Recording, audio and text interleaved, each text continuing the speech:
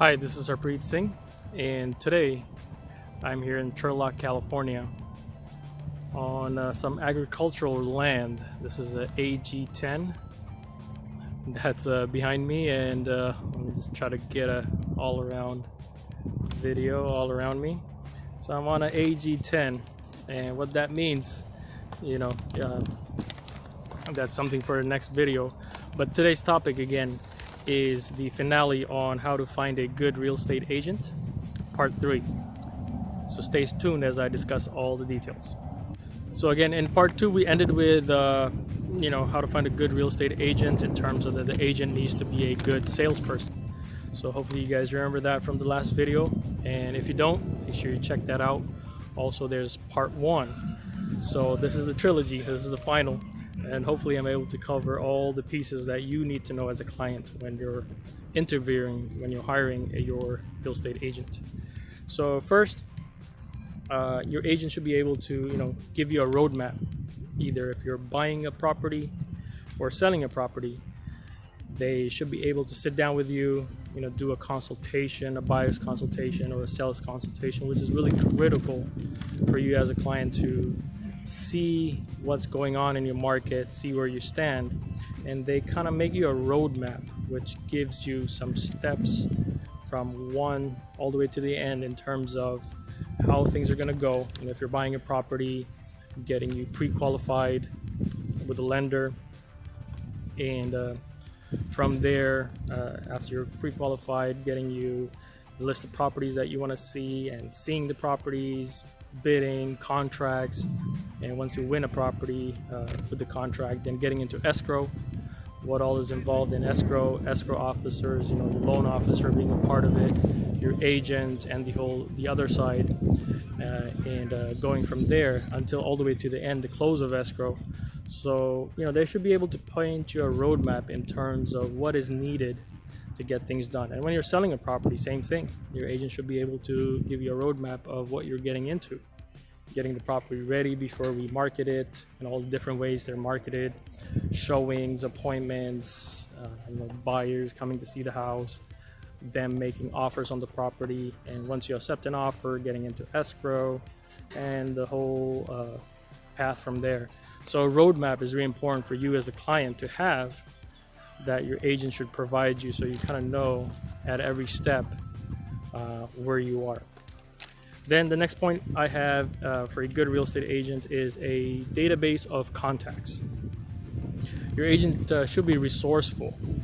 Like, what contacts do they have when you need certain services? Let's say you need a lender, and this I discussed in part 2 of my video.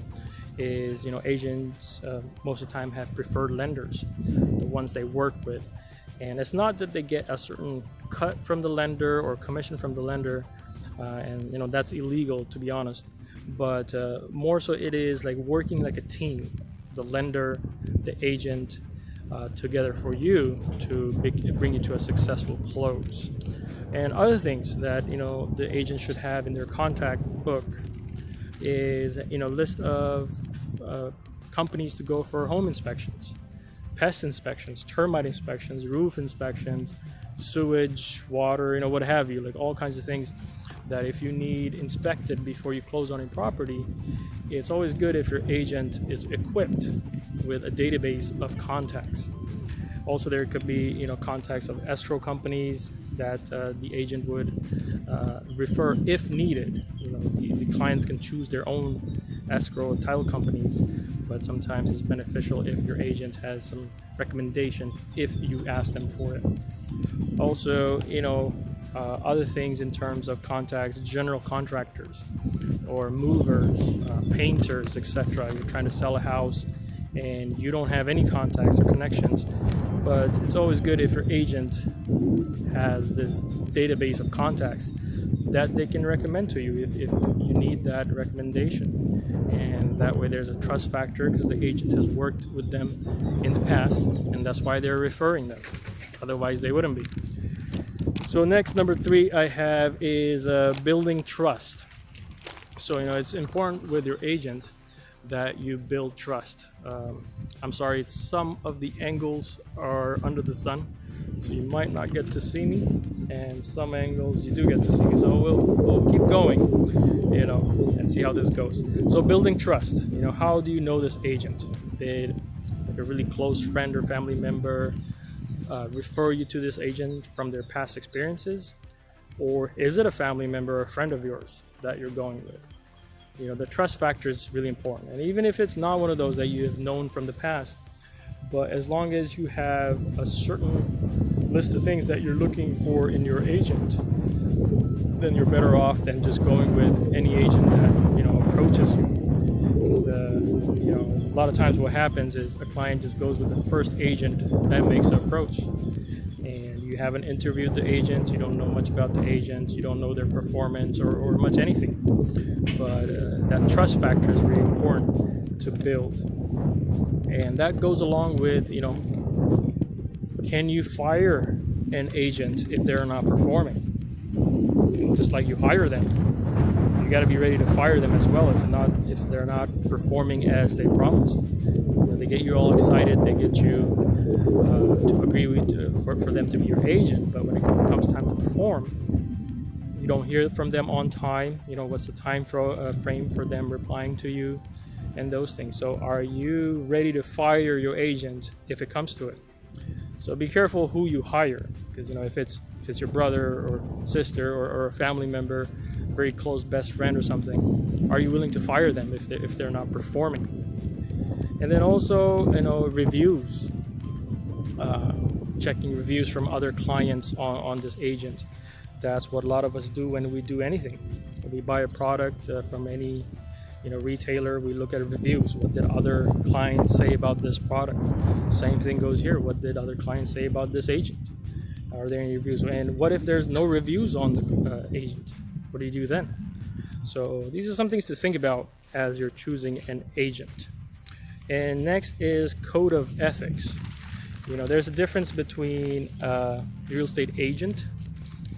An agent is a term that can only be applied if they're in an agency with you. Otherwise, there's real estate salespersons and there's real estate brokers. So I am a salesperson, but I'm also a realtor. I am part of the Association of Realtors.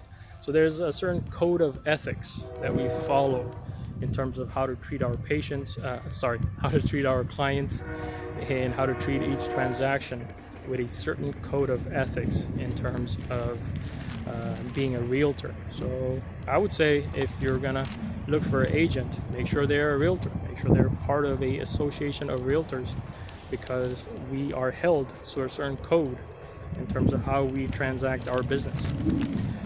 So that's all I have on this whole subject of how to find a good real estate agent. Hopefully you guys have enjoyed the videos, and any suggestions from me, please let me know.